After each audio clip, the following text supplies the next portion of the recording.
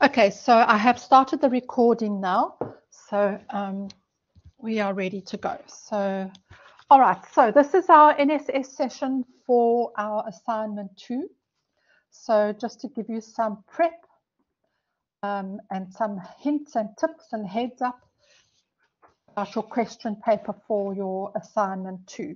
So the due date, and I'm sure you guys all know, but you'll be surprised how many frantic emails I get from students asking these things.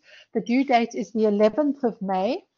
So that will be just about a week from now. Usually we have the NSS sessions a week before the,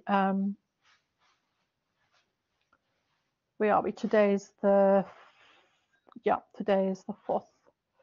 So the 11th is next week, Thursday. So you guys have got a week, which is not a lot of time for this type of assignment because these mathematical assignments can take quite a bit of time. Okay, so I'm not going to spend too long on this document that's on the screen now. Remember, this document on the screen is the one that I call the assignment brief document, because you've seen this before. But I always put it up here because, again, it contains a summary of the kind of sort of technical information related to preparing and uploading of your assignment. And again, you've no idea how many students get muddled up with these things or forget to upload a PDF, etc. So I'm not going to go through this. I'll upload this document tomorrow also in your announcements when I do the other uploads, and it will be there and you can read through that again. So you've got that to use. So I'm going to upload the other document called the lesson plan, which is the one, again, you are used to that one now because we use the same type of document for assignment 1. This one's file name will be lesson plan if you're looking for it. And this is the one where I've got a short summary question by question. Mostly I try and stick to this document as to which sections in the textbook, which examples and which questions are the relevant places to go to find the answers to that particular question. And the reason I do that is really just to help you guys to save time, because if you're not familiar with the textbook in detail, or you haven't had the time or the chance to work through everything page by page, you can waste a lot of time doing an assignment just by paging backwards and forwards through it and looking for information. So the main purpose of this is to make sure that you can finish your assignment. You don't get stuck for time due to the fact that you can't find certain things. So again, this little section in blue at the top here is very important information, and I'll leave it there because it is time after time the things that students forget. So again, it's a reminder, please upload a PDF document. Referencing is required for numeric modules, but specifically for any paragraph or theory type questions. And I think if I remember correctly, in this assignment, there is one that will require referencing. These 2 points here, double check that you are answering exactly what was asked for and don't leave anything out. I've just finished marking an assignment, and the students on that assignment, they really weren't reading carefully. You have to read all the instructions in the required, read them very carefully, make sure you've understood them and that you are doing exactly what was asked.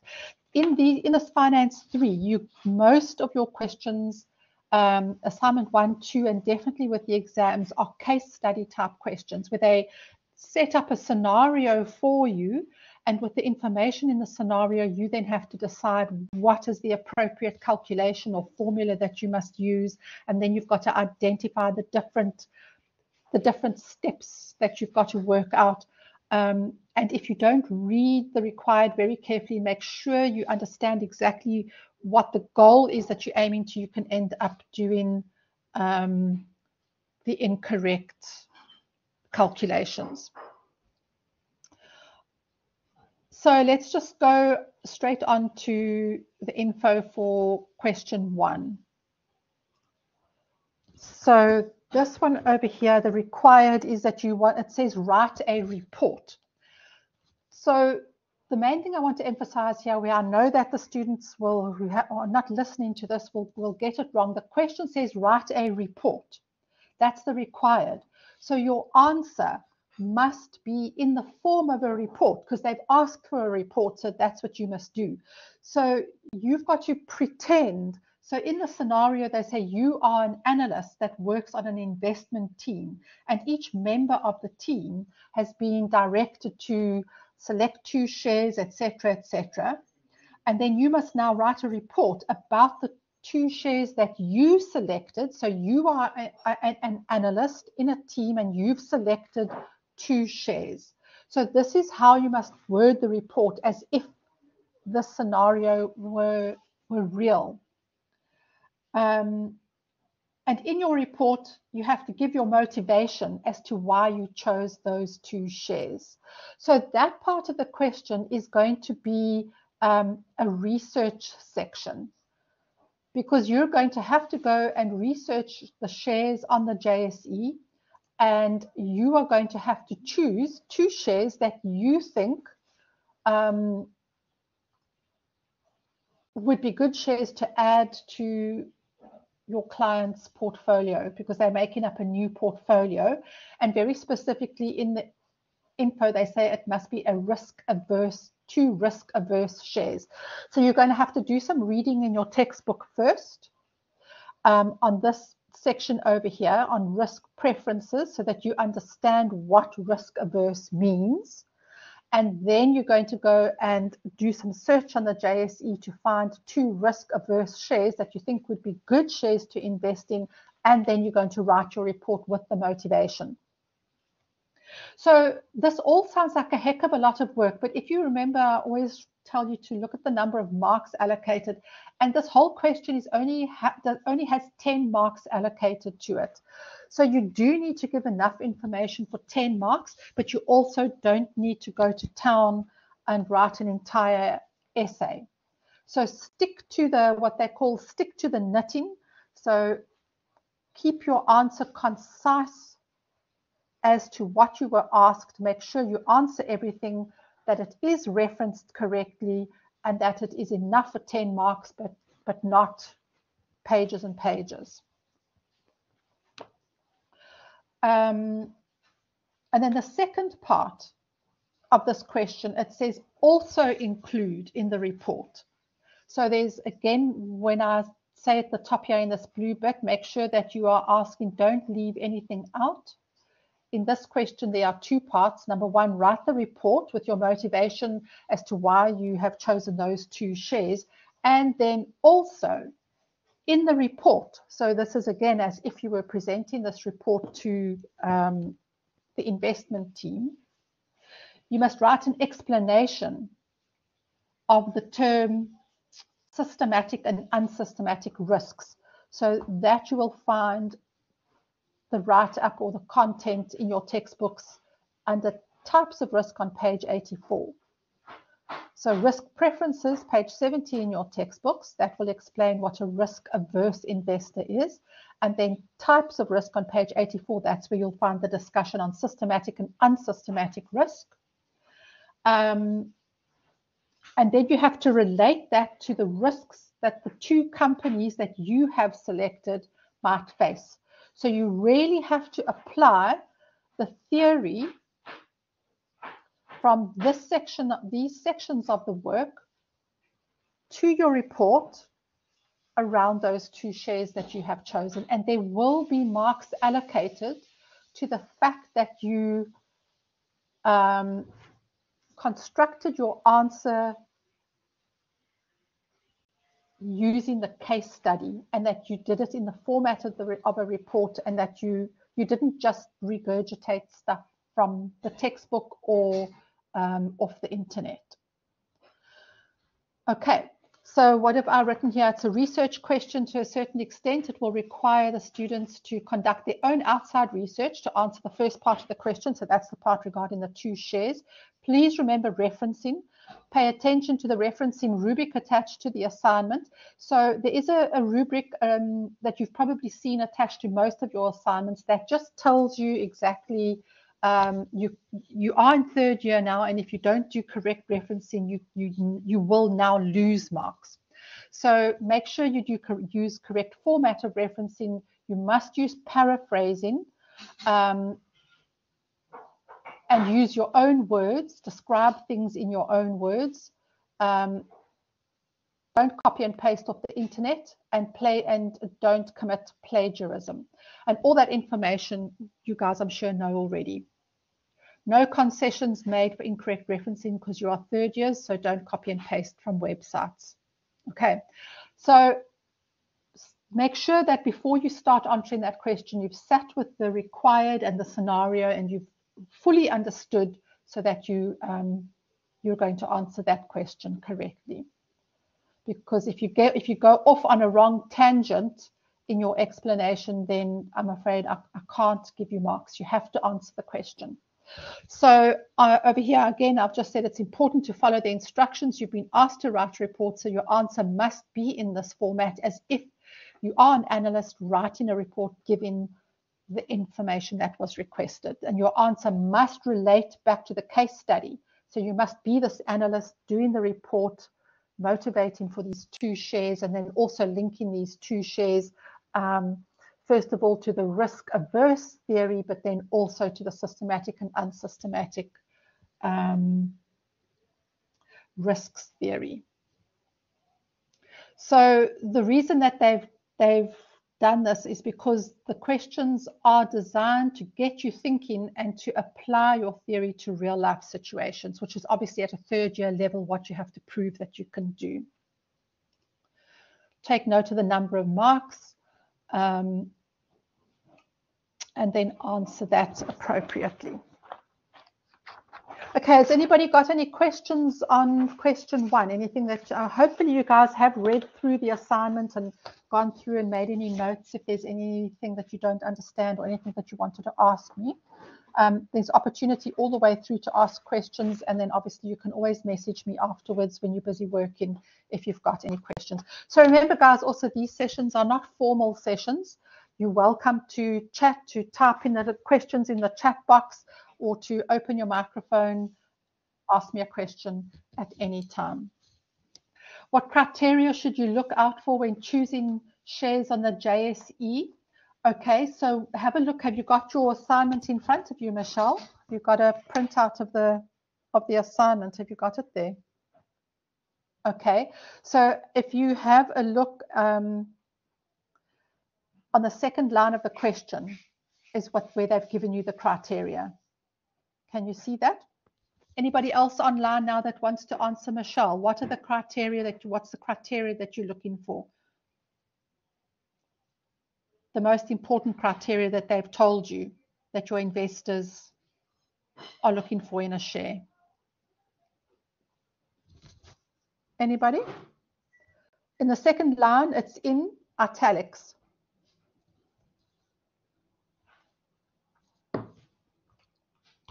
Okay, so these are risk-averse investors. So when you go through, exactly, yeah. And then also, just by the way, on the assignment, they've written their risk adverse with a D. That's a typo. It should be risk averse without a D.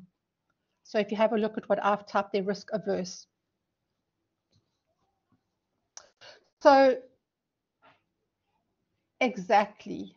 So they must be low risk companies, because these investors are not wanting to invest in risky investments. They want good, safe, blue chip type companies. So again, if you go and read that section on the risk preferences and that section on risk averse, it'll give you a good idea of what to look for. And that is the main criteria. I mean, that is, we're going to be looking to see that the shares that you chose, and in your motivation. So remember, in your motivation, this is where you are going to describe that this is the share I've chosen. the investors wanted a risk-averse company, and this is why I think that this is a risk-averse company, and then give a couple of points of why this particular share would be a low-risk investment.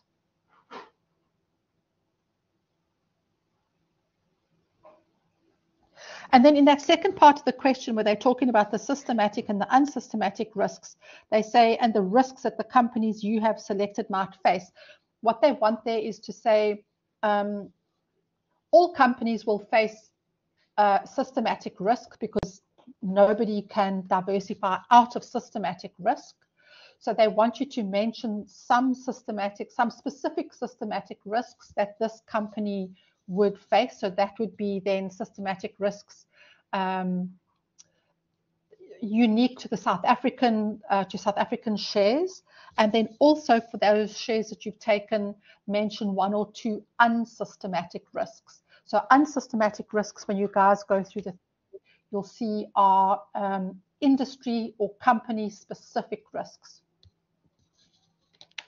No layout in terms of, you know, that it must have a heading and this. No, but you can just do something obvious to show me that you are writing a report. So you can even give it just like a little heading and say, report to the investors on 2 low-risk shares. Anything like that. And then underneath you can say, I was asked to investigate, and myself and my analyst team came up with, and just whatever. You can get creative. There's no specific way of doing it. Just as it's clear that you are trying to answer the question as if you were this analyst.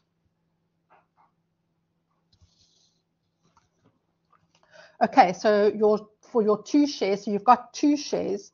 So I would say, because it's 10 marks and they want 2 shares, that I would make sure that I've got 5 marks for share number 1 and 5 marks for share number 2. So those 5 marks for each of the shares, you must then be able to explain why that particular share is a low risk share, and mention at least 1 or 2 systematic risks that company would face, and 1 or 2 unsystematic risks that company would face, so that I can give you 5 marks for share number 1 and I can give you 5 marks for share number 2. And usually in these questions they give at least 1 mark that we can award if the student did write the answer in the format of a report. Okay, so that hopefully will give you some idea of how to structure your answer. With these theory questions, you must always have a look at the marks and then kind of like work out, okay, what have they asked me? So how would these marks be divided up, logically speaking, so that you can then plan your answer around the number of marks. Any other questions? Those questions look simple, but they can actually often be the tricky ones, just because you've got all these little things that you have to pay attention to.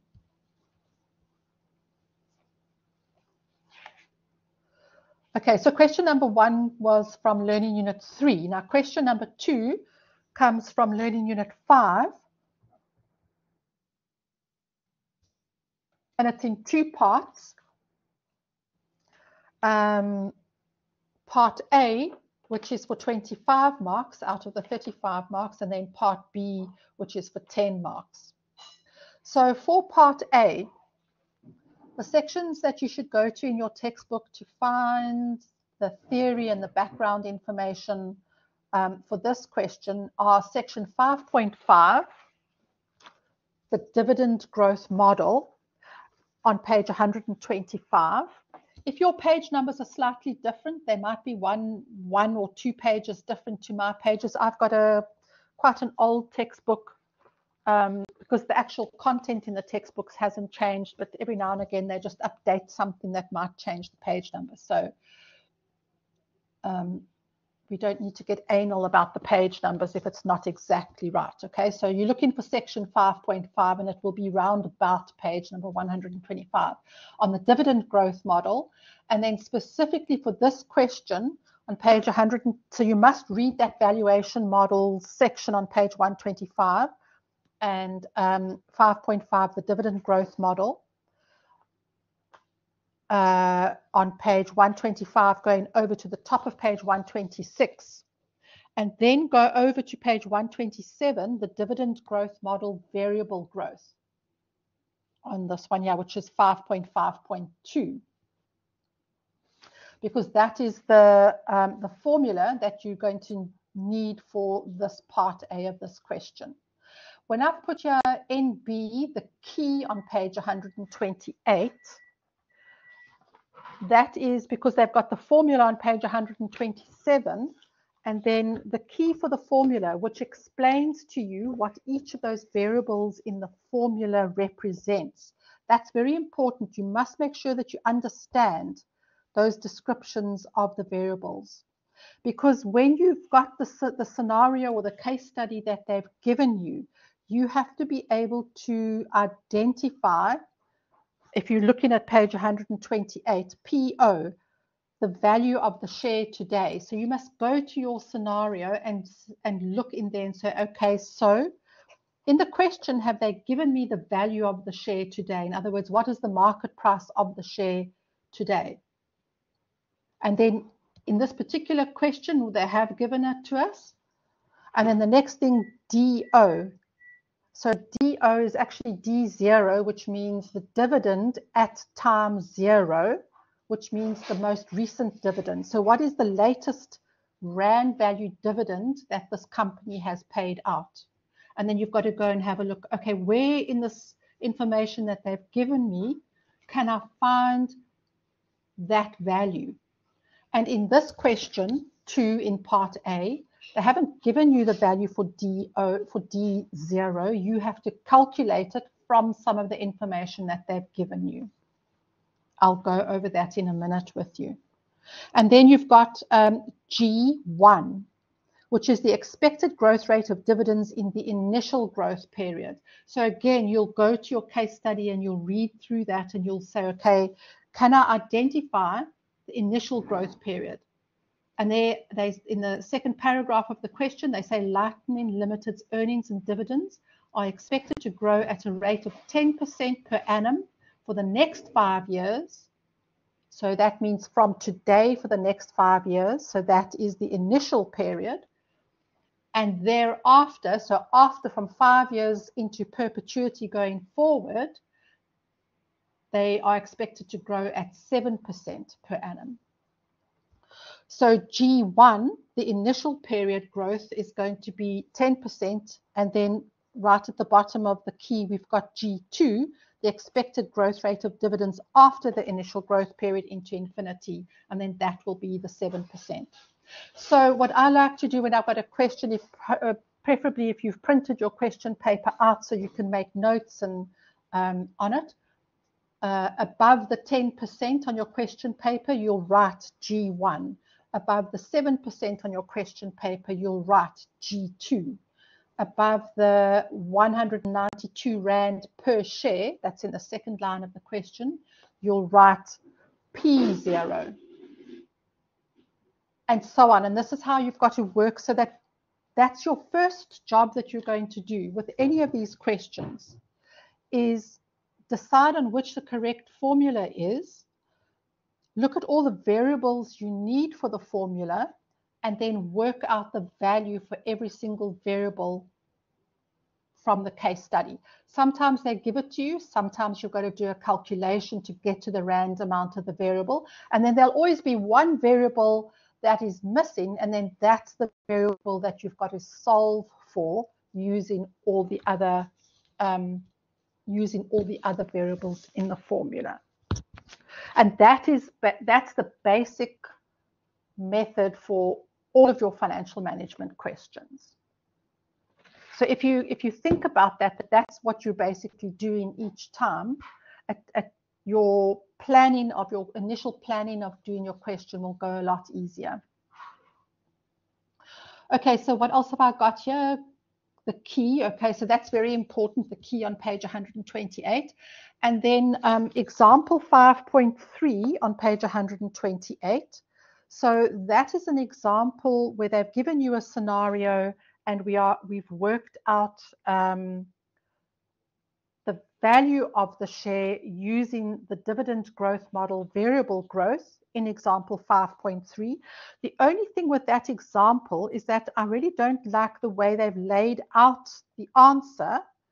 I mean, you can use that if you want to, but I find that if you go to question 5.1, which is exactly the same on page 130, they've also asked you to work out the value of the share using a variable growth model. If you look at the solution on page 267 in your textbook, the solution to question 5.1 on page 267, you'll find a much better layout that's easier to follow because you've got year 1 and then a row for those workings, and underneath that year 2 and then a row for those workings. And then you've got a total present value for the initial period, and then underneath that there's that one line where you work out the present value of the growth period into perpetuity, and then your answer, value of the share 31.37 Rand, are those two amounts added together. So you can just, looking at those, the layout of the answer on page 267, it's much easier to follow what you're doing and to get to the answer. Okay.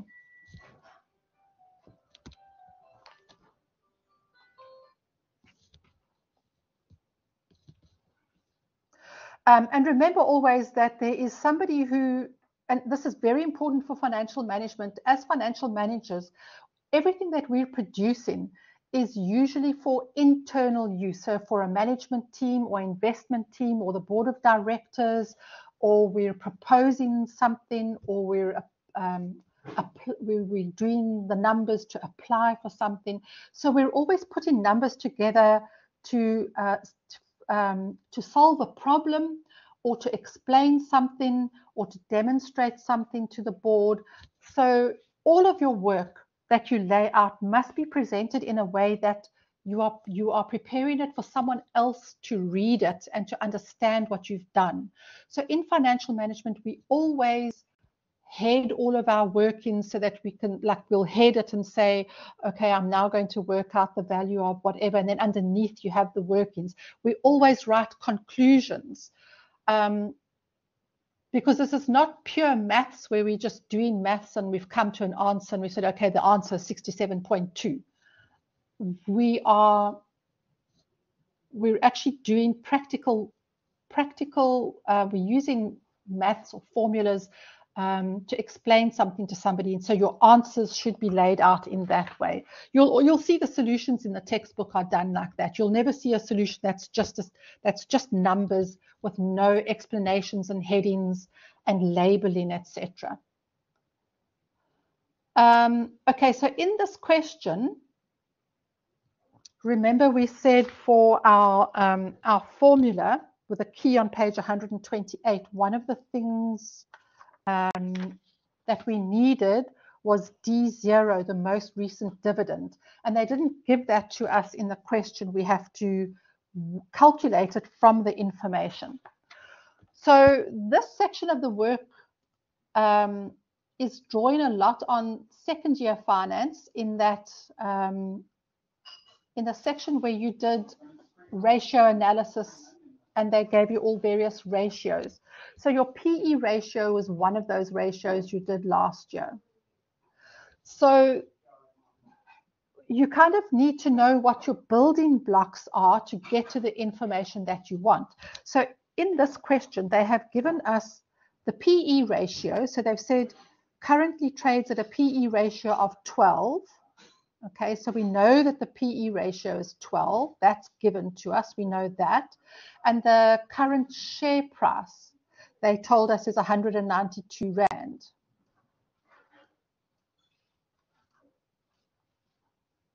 But they did not tell us what the last dividend was, and they also did not tell us what the EPS is. Okay, remember, because your price earnings ratio 12, we calculate that by taking the current market price, which is the P, divided by the EPS, the earnings per share. So we've got the P, which is here, the 192, the current share price, and we've got the answer, PE ratio of 12, but we don't know what the earnings per share is. So because we've got these two variables, we can use those to then solve for the EPS. Okay, so remember, wherever there's three variables, as long as they give us two of them, we can then calculate the value of the third variable. So the first thing that you're going to have to do here is calculate the earnings per share. So remember, the earnings per share is the 100% value of the profit that one share earned. And we know that at the end of a financial year, companies work out what the earnings per share is, and then they decide how much of that earnings they are going to retain in retained earnings for future investment in the company, and how much of that earnings they're going to pay out to the investors as a dividend. Okay, so far so good.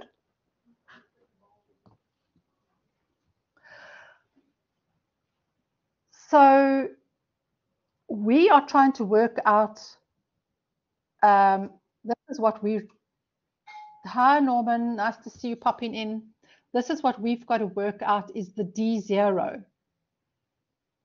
So now, after doing this calculation here, you will know what the EPS is. Then in the information in the question, they have said that the company has got a retention ratio of 75%. So who knows what a retention ratio is? Can you remember that from last year in finance? We've got a payout ratio and we've got a retention ratio. What's the retention ratio?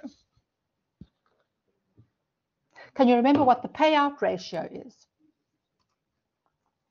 One of your ratios that you did last year. What does a payout ratio calculate?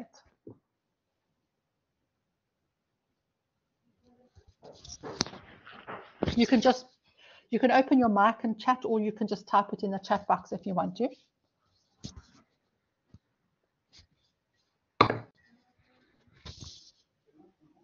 No one remember?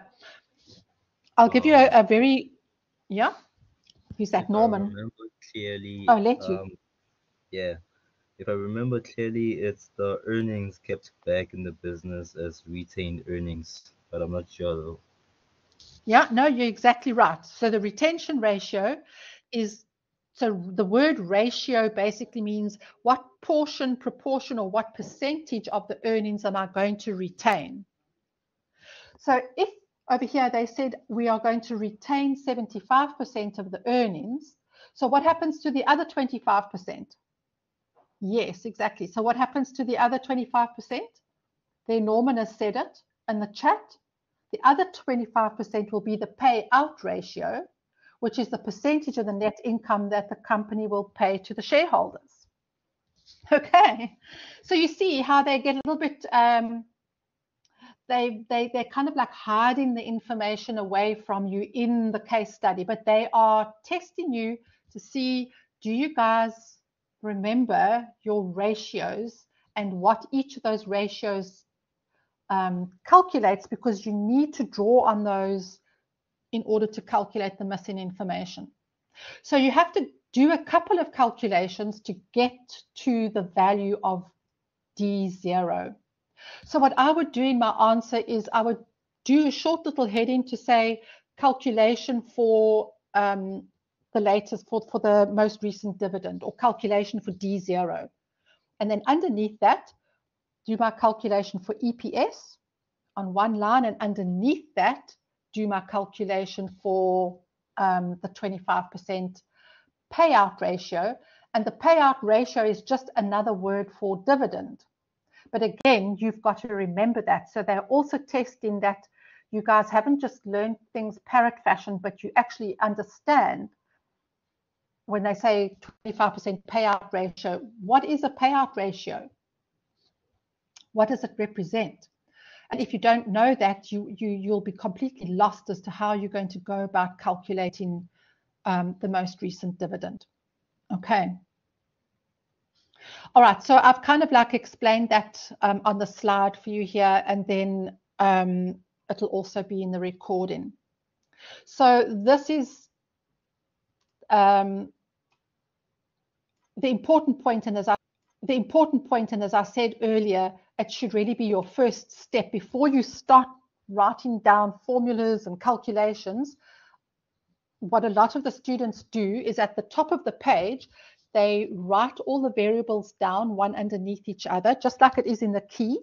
And then next to each of those variables, they then write the amount and then in brackets given, or then they write the calculation that they've done in order to get to that variable. So that you've then got a list of all the amounts of all the variables. And then underneath that, you then write down your formula, pop in all the correct amounts into the right place in the formula, and you do the math.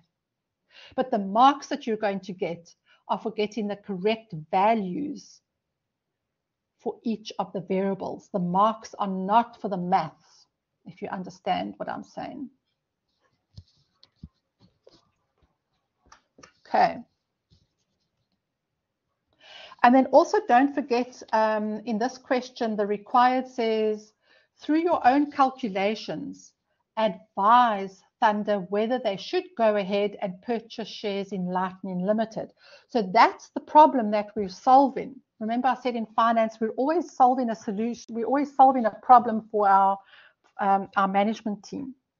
So after you've done the calculation and you've got an answer for, what are we doing here? This is a share valuation. So we're calculating P0, which means what is the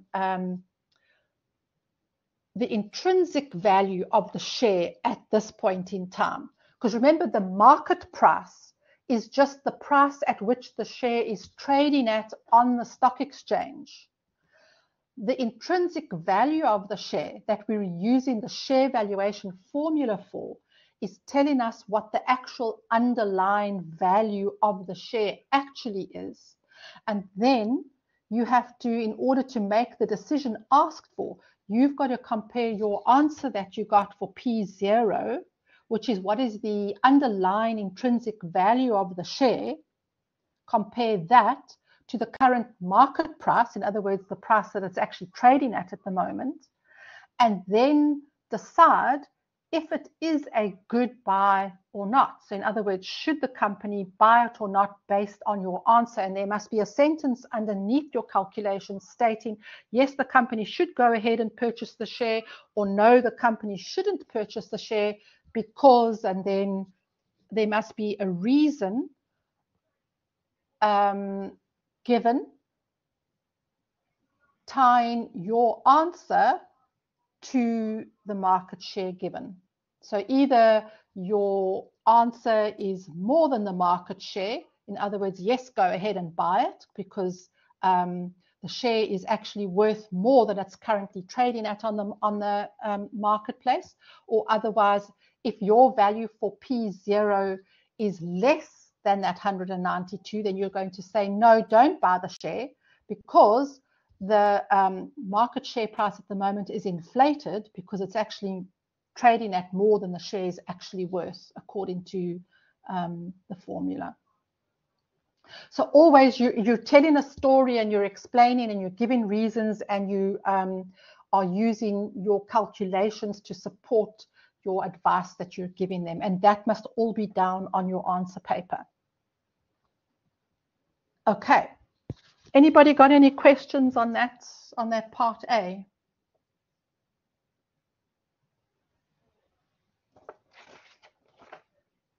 I think I put most of what I've said is more somewhere on this on the notes here as well.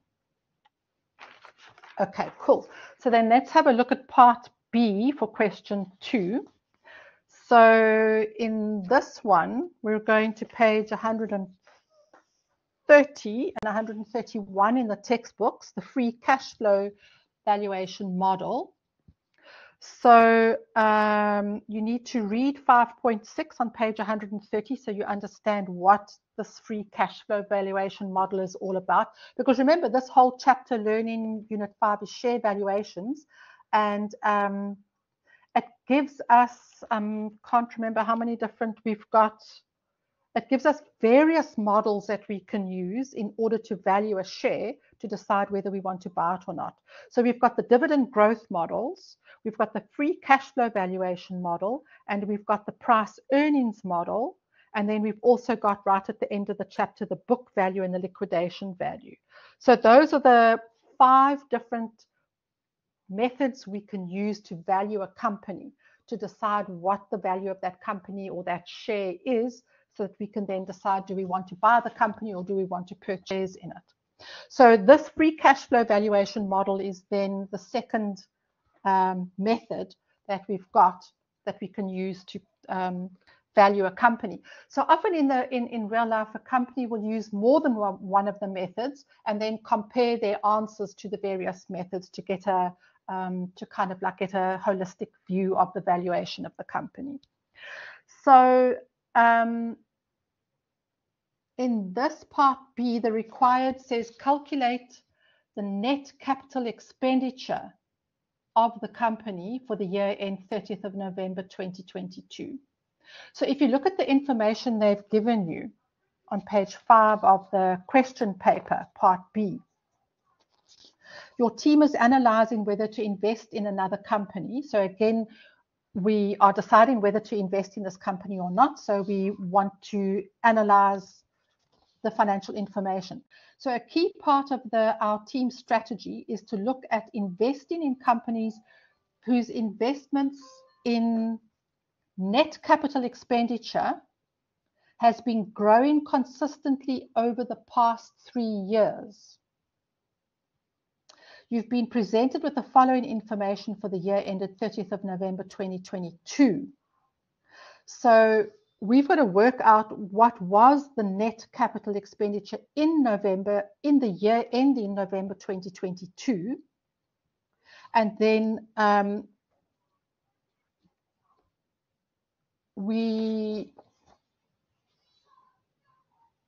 they haven't asked us to make a decision. I'm just having a quick look at here. Okay, so they haven't asked us to make a decision because they haven't given us the information for the 2021 and 2020 year. But what they've asked us to do is just to calculate the CapEx expenditure for this year of 2022. So if you have a look in your textbooks on page 131, 5.6.1 free cash flows, you've got a formula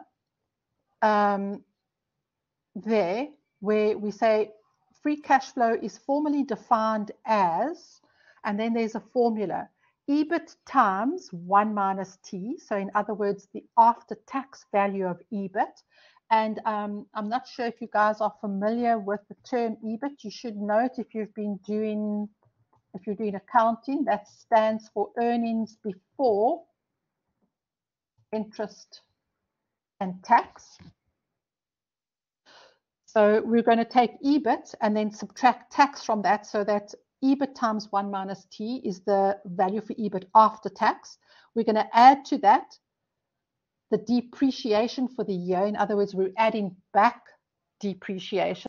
So it's a little bit like doing a similar exercise to the EVA that we did, where we took the financials and then we made some adjustments to the accounting financials in order to arrive at some management information that we wanted. So this is something similar.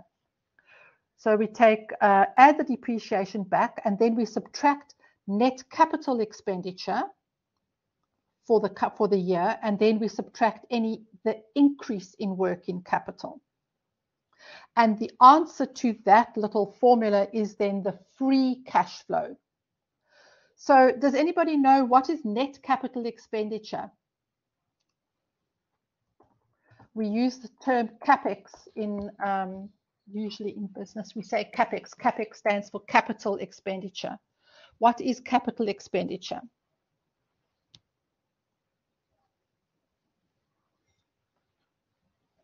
Anybody Can anybody describe that?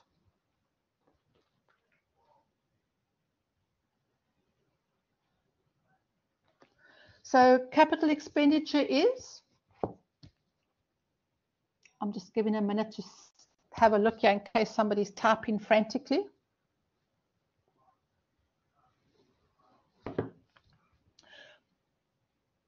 Net capital expenditure, yes, exactly, Norman. It's the money spent on acquiring land and buildings and motor vehicles, etc. So in other words, non-current assets. How much money did the company invest in non-current assets? So we're talking about actual cash. Well, I suppose it's not really actual cash flow. Yeah, no, it is. Okay, I'm not going to get into the cash flow or non-cash issues here because they don't go into that here. Cash outflows exactly to generate income. So free cash flow. So if you have a look at the very first part of that formula, we've got the EBIT. So EBIT comes from our statement of profit or loss, which is basically then the profit that the company earned for the year. So free cash flow says, okay, of the profit that we earned for the year, after adding back depreciation, which is a non-cash amount, so that I'm basically getting back to the actual cash flow value, and I subtract from that profit the amount of money that we invested in capex, and then I subtract from that the amount of money by which we increased our working capital by that year, how much of the profit is left over. So EBIT, add depreciation minus capex minus increase in working capital. How much of that EBIT after tax is left over? And that amount that's left over is then what we call the free cash flow, which means it's cash flow that isn't committed to anything else, and the company can use that for whatever, either for retained earnings or for paying out as dividends. But then we know that that's the amount that the company has got to invest in growing and expanding by making acquisitions or doing some other kind of investments or paying that money out to the shareholders. Okay, so that's the calculation that we're doing. So they've given you that formula. So in that formula, you'll see that the third variable is net capital expenditure. So again, they've given you the values for all of the other variables in that formula, and you're going to have to solve for the net capex. Okay, you'll use the formula. So basically using algebra, you'll have to then solve for that value of the net capex. It's not a complicated question it's basically really just doing the calculations. So in other words, they've given you the answer to the formula, which is the free cash flow. They've told you that the free cash flow is 28 million. So our formula is FCF is equal to EBIT times 1 minus 2 plus depreciation minus capex minus increase in working capital. So they've given us the free cash flow, which is the answer. Similar to EVA, in your last question, they gave you the EVA, and then you had to solve for, I can't remember one of the variables there. They've given you the depreciation, they've given you EBIT and the tax, they've given you opening and closing working capital so that you can calculate the increase in the working capital will then obviously be how you're going to, who's going to tell me how can you calculate the increase in working capital? They've given us the working capital at the beginning of 2022 and the working capital at the end of 2022. So how do you calculate the increase in working capital? Exactly, you subtract the two. And please be careful, pay attention. Was the opening working capital higher or lower than the closing working capital? Because remember, if the closing working capital was lower than the opening, then that means we actually had a cash flow, the working capital decreased. And if the working capital at the end of the year was higher, then the working capital increased. So that just means that your operator, whether it's plus or minus, is going to depend on whether the working capital increased or decreased. The formula says minus increasing working capital. So obviously if the working capital decreased, then you're going to say plus decreasing working capital. Okay, so that one, that's nothing more complicated than working out that missing variable. Sure, you guys all did so super well in the first assignment that I'm not worried about these questions. I don't think there's anything that's too tricky here other than the bits that I've explained where you might have to do a couple of fancy calculations to work out a particular variable. Okay, then our question number 3 is also on Learning Unit 3, risk and return. And also, you guys should manage the spine. Again, pay attention, be careful, make sure you are applying the correct formulas. So we've got 3.1, 3.2, and 3.3. So for question 3.1, they said calculate the expected return of the proposed portfolio PJN. So in this section in your textbook, you've got calculating the expected return of a single asset or calculating the return of a portfolio of assets. So a portfolio of assets obviously then means I don't just own one asset. I have, in this case, 3 assets, my portfolio of 3 assets. And what we want to know is what is the return of the portfolio. So in other words, the return of the 3 assets, the weighted average return of the 3 assets together per year. So when they say the proposed portfolio is PJN, if you look at the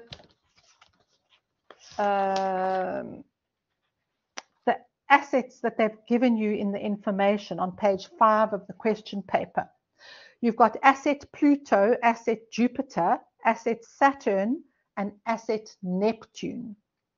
So P is Pluto, J is Jupiter, S is Saturn, and N is Neptune. So when they say your portfolio is PJN, that means the assets that you own are Pluto, Jupiter, and Neptune. So you're leaving out Saturn. Okay.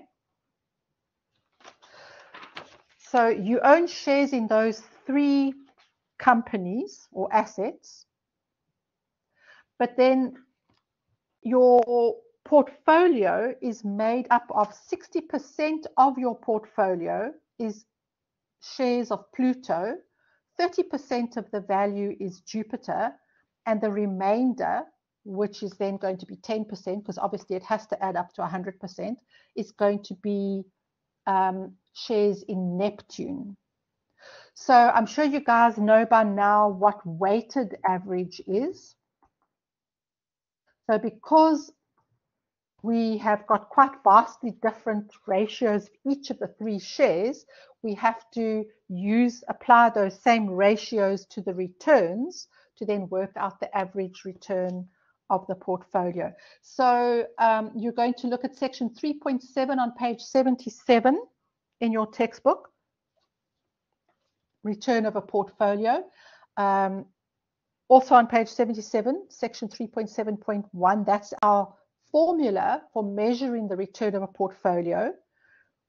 So WJ times RJ, sorry, I should say the sum of WJ times RJ. So we work out for each of our assets, we take the weighting of that asset. So the weighting will be the 60%, the 30%, or the 10. And we multiply the weighting by the return of that asset. So, oops, I've got the wrong page.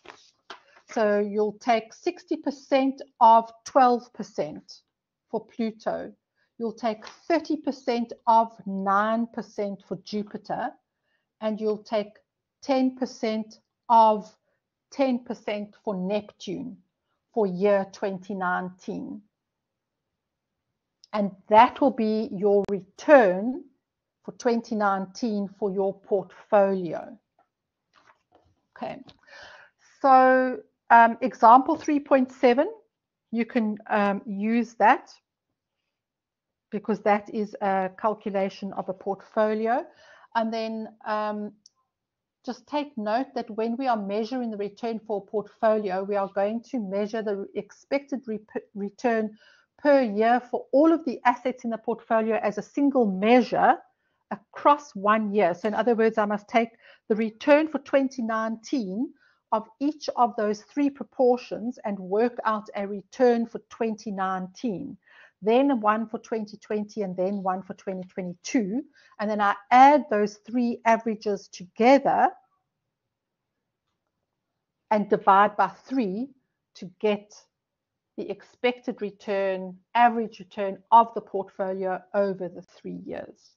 So exactly like it's done in example 3.7, except in 3.7 they had 4 years instead of 3 years. But what you don't do, and this is the most common mistake that students make in this particular question, is that you don't work out the return for each individual asset. So you're not going to work out the return across all 3 years for asset Pluto,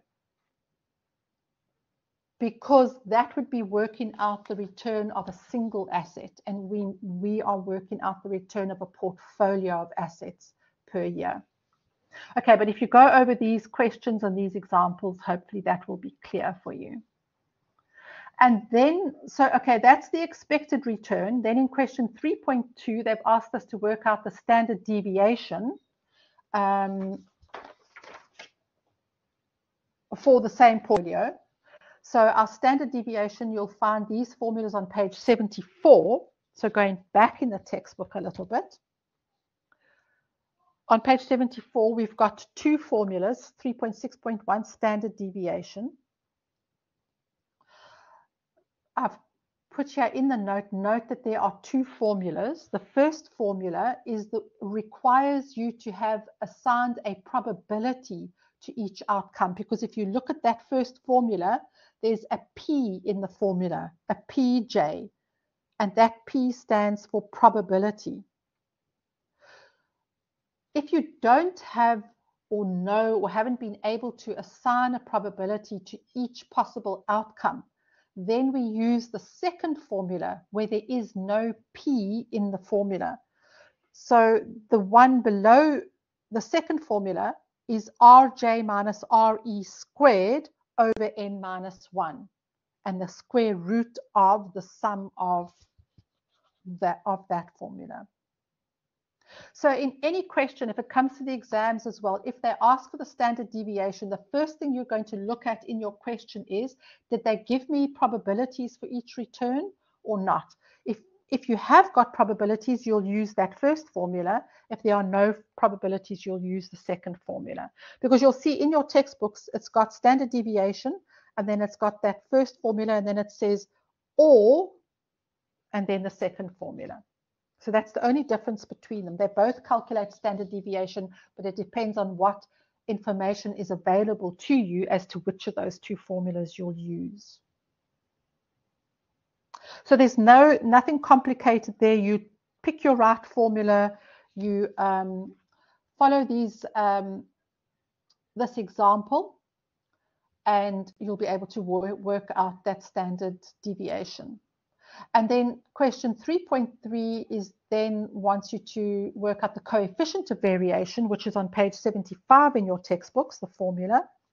And if you have a look at the formula for coefficient of variation, it is that little theta sign, which is the sign we use for standard deviation.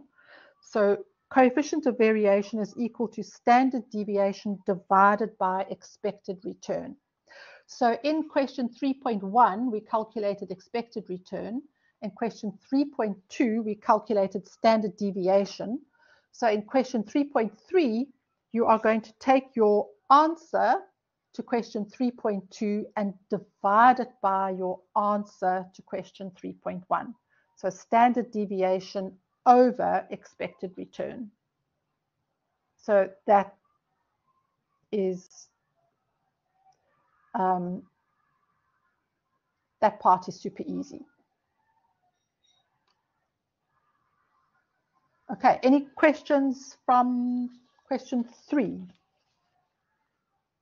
You shouldn't battle there at all. There's just a few little sticking points that I've explained, and as long as you do that, you should get 100% for question 3. Okay, awesome. Perfect. And everybody, are you guys all happy so far? You're keeping up, you're following, and remember, you can listen to this afterwards again. And hopefully that this will be helpful. I'm sure it will be helpful. Okay, so one question to go. Question 4, which is for 25 marks. Sorry, just give me one sec.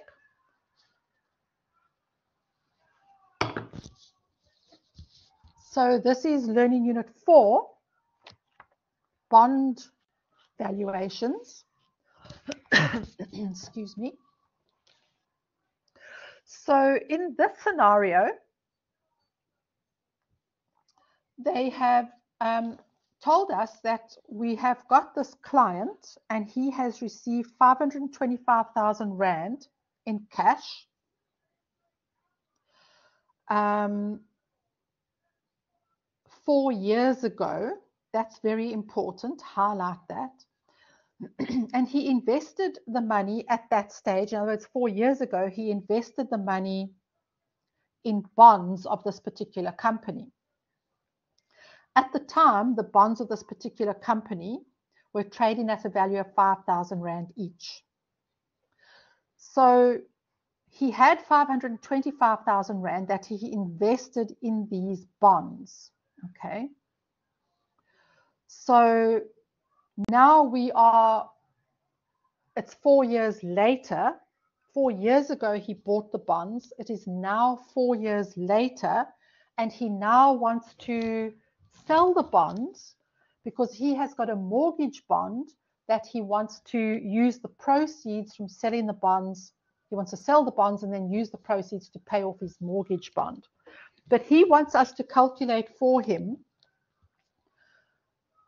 whether, if he sells his bonds today, will he be able to raise that, 400,000 that he needs to pay off his mortgage bond or not?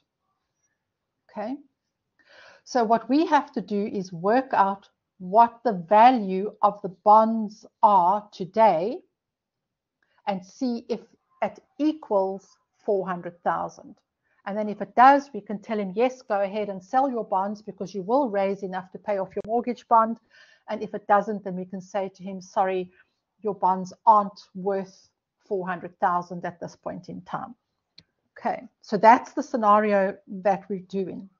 So your sections in your textbook that are important are then page 103 is where you're going to start the section in your textbook on bonds. And then section 4.4 on bond valuations. Paying attention on page 105 to those key inputs, because that, again, those are the variables that we have to identify and work out the Rand values of, so that we can then use those as inputs into the formula that will allow us to arrive at a valuation for our bonds. So the basic valuation model is on page 105, with the formula being over the page on 106. So if you go to page 106, you'll see there that your formula for bond valuation is as follows. So where we used P0 for a share valuation, we use B0 for a bond valuation. That's just the reasoning behind that variable that come up with. Okay, so B stands for bond and 0 stands for present value, today, times 0. So you'll see that this formula is made up of one formula, and then we've got a plus sign, and then there is another formula. So we actually do two separate calculations and we add the two answers together to arrive at the value BO. So that first formula, PMT times 1 minus etc., that is actually the formula for the present value of an annuity. So remember from Learning Unit 2, time value of money calculations, PMT is the rand value of the annuity that you receive every single year if you own some kind of annuity that pays you an annual amount. So the nature of a bond is that the bond holder, in other words, the investor that purchased the bond, while you own that bond, you will receive an annual interest payment. What they call the coupon rate, which is a fixed percentage, you will receive that amount every year as long as you own the bond. So that coupon rate is then the PMT. And it's an annuity because as long as we own that bond, we will receive that coupon rate every single year over N number of years. Then plus, and then the second part of the formula, M times 1 plus R to the minus N, that is the present value of a lump sum formula. So the capital M in this formula is exactly the same. It's just another letter for future value. So you could also, that could also, instead of M times 1 plus R to the minus N, it could read future value FV times 1 plus R to the minus N. Because remember from our present value formulas, present value of a lump sum is equal to FV times 1 plus R to the minus N. So in this case with a bond, the future value is the, what's the word I'm looking for? The par value of the bond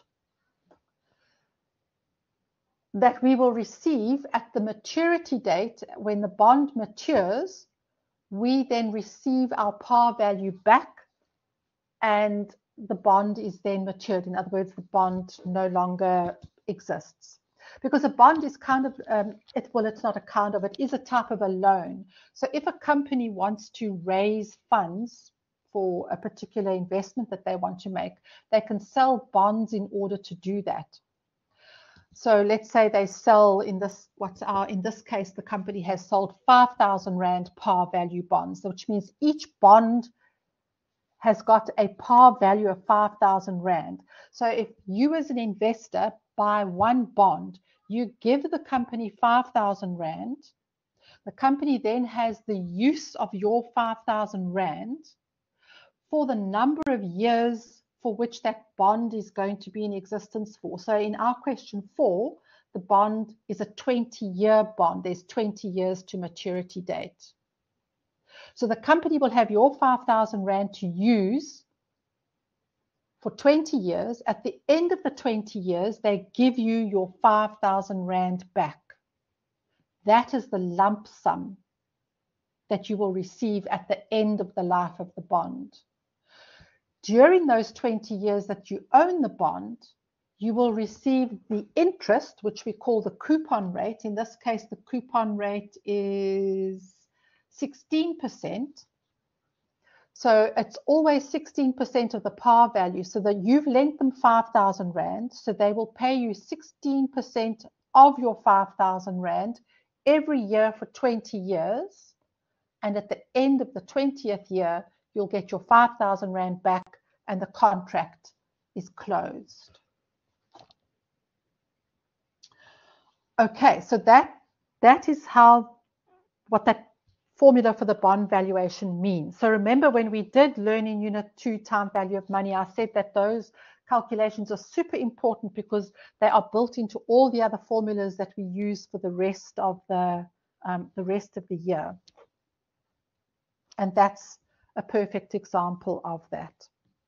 So as long as you understand that bond valuation formula, you'll be able to find all the variables again in question 4 and fit them into that so that you can fit them into the formula so that you can then calculate BO. So remember again, the most logical way to do it is to make a list of the just like the key of the formula, BO equals, PMT equals, R equals, N equals, and capital M equals. And next to each of those, write down the value that you've been able to identify from the given info in the question.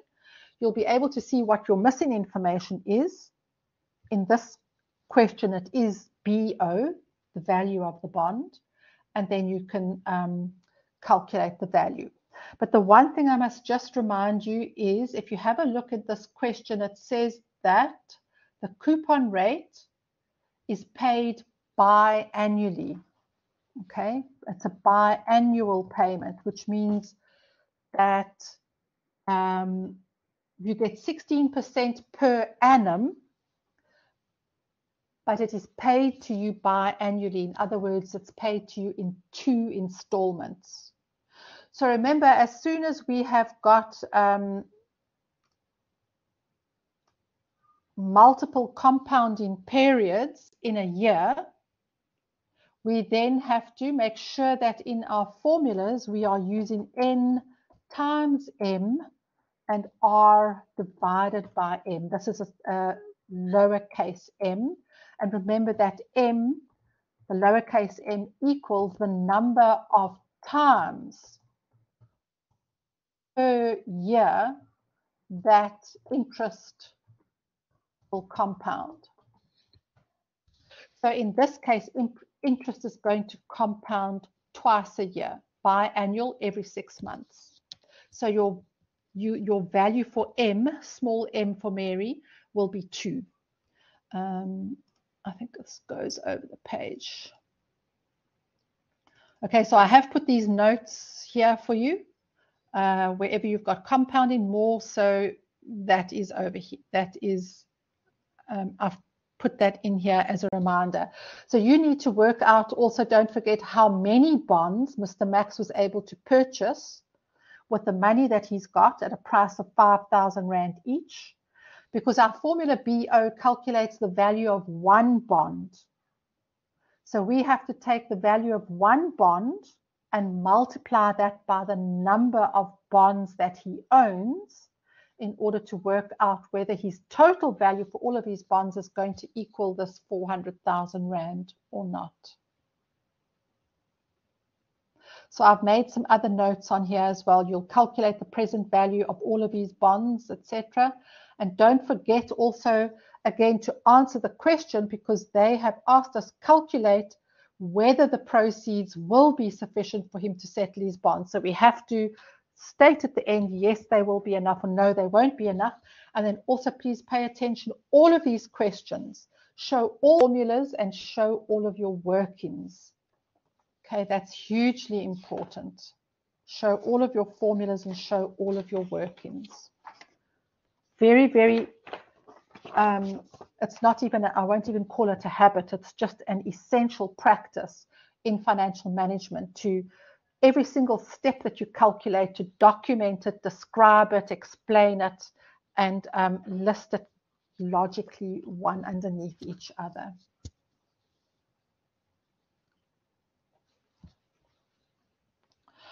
Okay, guys, that is basically a nice full explanation of what you need to look out for, etc., for your assignment. I just quickly want to put the assignment on the screen so I can show you. So if you've printed out your assignment, you'll see that the second page of the assignment is this referencing rubric. Remember, I mentioned it related to question 1. So this is, here's the rubric required, if it's technically correct, if there's minor errors, if there's major errors, and we have to enforce this because you are, well, we enforce it right from the first years, but we do give them a little bit more coaching. So pay attention to this. Make sure that that the required, that this consistency, technical correctness, and all of that for your referencing, that you are 100% compliant with that. We don't need that page.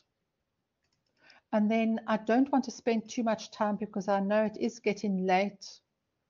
Has anybody got any questions at this point? Anything that you want to, anything you want to ask? Okay, everybody good. So I don't really need to spend too much time going over the actual question paper because I did read it and reference it all the way through to also kind of save a bit of time. And hopefully you had your question paper in front of you while we were going, while I was doing that discussion of the lesson plan. So yeah, just that D doesn't belong there. It's risk averse.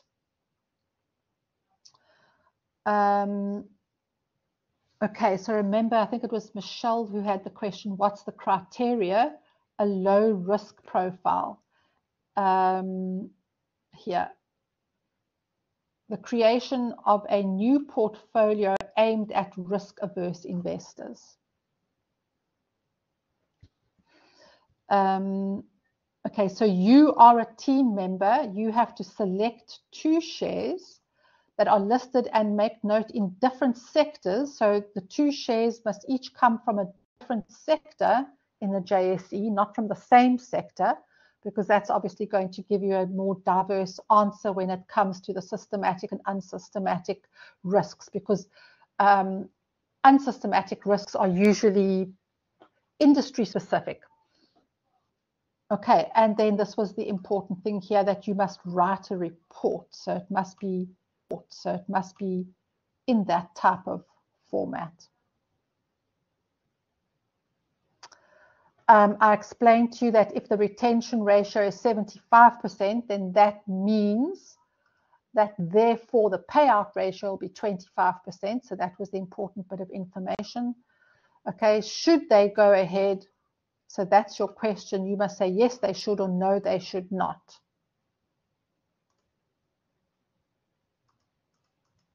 And part B, this was a fairly straightforward one. They've given you the free cash flow amount, which is the answer to the formula. So free cash flow equals EBIT after tax plus depreciation minus working capital minus net capex. And that's the missing amount. So you've got all the other amounts, and then you need to solve for that amount using your free cash flow formula. Then our question 3, here are our they've given us 4 assets, and remember with this one they said that our portfolio is going to be PJN.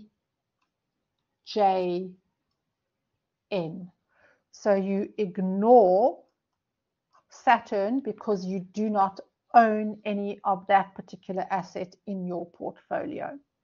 And remember, you're going to work out a return, RE, for 2019, and you're going to work out an RE, which will be a weighted return for 2020 going across, and then you're going to work out a weighted return for 2021. Add those together. Add them together and then divide by 3.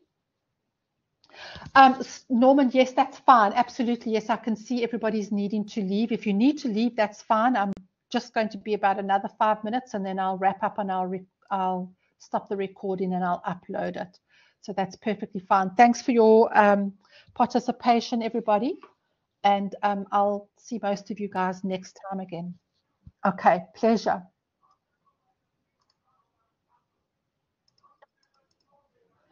Okay, and remember, just the important thing on this page was where they gave us the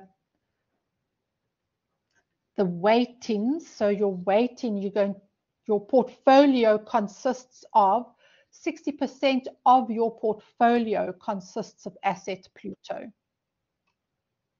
30% of your portfolio consists of Jupiter, and the remainder is asset Neptune. So 60 plus 30 is 90%. So your remainder of your portfolio would be obviously Neptune. So these were the three calculations that I explained to you: the expected return, the standard deviation, and then the coefficient of variation, which will use your answer. It'll be your answer to 3.2 divided by your answer to 3.1. And then the one that we've just discussed a minute ago, question 4, about the bond valuation. So again, this one, you just need to have your bond formula, identify the values correctly for each of the variables in your formula, and that one is straightforward. There's nothing tricky about this one at all. Okay, guys, thank you very much for participating and for asking questions and everything. And I hope it's been very helpful for you. Hope at your completion of your assignment will definitely go much faster if you listen to this recording and if you use that lesson plan that was the first document we looked at, which I will upload for you. All right, guys, so that it's not any longer, I'm going to finish off here. Thanks, Letu. Pleasure, you too. I'm going to finish off here and end the recording. And then best of luck with your assignment.